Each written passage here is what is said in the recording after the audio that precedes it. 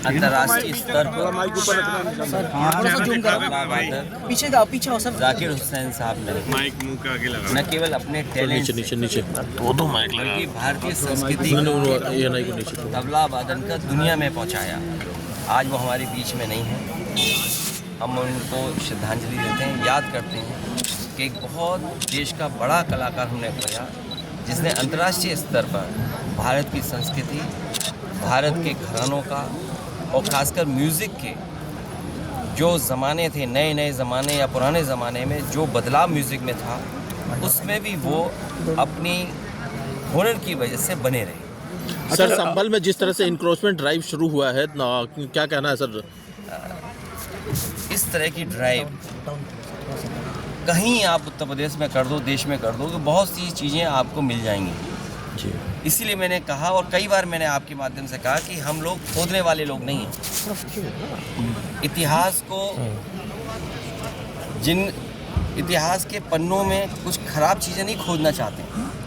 हम लोग नए रास्ते खोजने वाले लोग हैं और जिनको अपने भविष्य के बारे में नहीं पता कि भविष्य क्या होगा, भविष्य में क्या बदलाव चाहते हैं, वो इतिहास में हमेशा रहते हैं। हम लोग भविष्य बनाना चाहते हैं, देश में अच्छी सड़कें बने।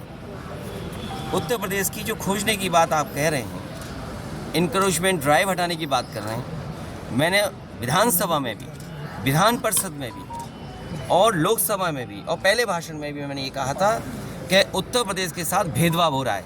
जिस उत्तर प्रदेश ने प्रधानमंत्री जी को तीसरी बार मौका दिया, आप बताइए अगर एक भी एक्सप्रेस वे के लिए उत्तर प्रदेश को बजट मिला हो, बताइए मुझे। आप एक में से, कैमरा कोई झूठ नहीं बोल सकता, कैमरा जो मैं बोल रहा हूँ वो कैमरे से जा रहा है। आप और हम थोड़ा बहुत बदलाव कर सकते हैं। एक भी एक्सप्रेस वे के लिए बजट दिया हो भारत सरकार ने, बिजली का अगर एक भी बजट बढ़ाया हो, जो थर्मल प्लांट्स हैं यूपी में, आज बिजली महंगी होती चली जा रही है और जिस तरह के फैसले सरकार ले रही है कि प्राइवेटाइजेशन कर रही है, आप देखिएगा देश की सबसे महंगी बिजली उत्तर प्रदेश में बिकेगी। जब महंगी बिजली होगी, क्या व्यापार या कारखाने, उद्योग लगाने वाले क्या कंपटीशन कर पाएंगे? और जिन्होंने कहा कि हम 4 लाख करोड़ लाएंगे रुपए पैसे, बिजली नहीं दोगे, बिजली महंगी दोगे, तो क्या कारखाना लगेगा वहाँ पर? और माँ गंगा, आखिरी माँ गंगा और कुंभ का स्थान हमारे धर्म में बहुत बड़ा है। और मुझे खुशी है इस बात की कि जिस क्षेत्र से मैं चुन करके आता हूँ, महादानी सम्राट हर्षवर्धन, उन्होंने ही इस परंपरा को आगे बढ़ाया था। और महादानी सम्राट हर्षवर्धन जब कभी भी प्रयागराज जाते थे, वो स्नान के साथ दान करते थे। लेकिन आज का समय देखिए आप, ना स्नान हुआ ना दान हुआ। सर कुछ ये भी कह रहे कि संभल के सच को दबाया जा रहा है। देखिए, संभल के सच को दबाया जा रहा है। आज हम लोगों को कुंभ में जाना है, स्नान होना है, ना स्नान किया ना दान किया। दूसरा, माँ गंगा को साफ करने की बात सबने कही और बीजेपी बढ़ चढ़ करके आगे आई। क्या गंगा साफ है जहाँ साधु संत स्नान करेंगे? और साधु संतों को शिकायत है, क्या साधु संतों के लिए कोई गाड़ी उपलब्ध होगी वहाँ पे? कितने किलोमीटरों उन्हें छोड़ दिया गया है। देखिए, कुंभ व्यापार की जगह नहीं हो सकती है। हमारे साधु संत जो परंपरा चलाते हैं, साधु संत हमारी शोभा हैं। जब कुंभ में बड़े पैमाने पे साधु संत आते हैं तो वो शोभा बढ़ाते हैं हमारे कुंभ की। अब उन्हें उनके साथ भी भेदभाव किया जा रहा है। साधु संतों को जो स्थान मिलना चाहिए वो स्थान नहीं मिल रहा है। सरकार कब्जा कर ले रही है। सरकार के करीब वाले लोग हैं वो महत्वपूर्ण जगह कब्जा कर रहे हैं। और हमें उम्मीद है कि जब प्रधानमंत्री जी गए हैं कुंभ के स्थान पर, तो भ्रष्टाचार वहाँ पर नहीं होगा, भ्रष्टाचार की उंगली नहीं उठेगी। वो ये भी करे अखिलेश जी वो करें कि संभल के सच को दबाया जा रहा है। देखिए, कोई सच नहीं दबा सकता।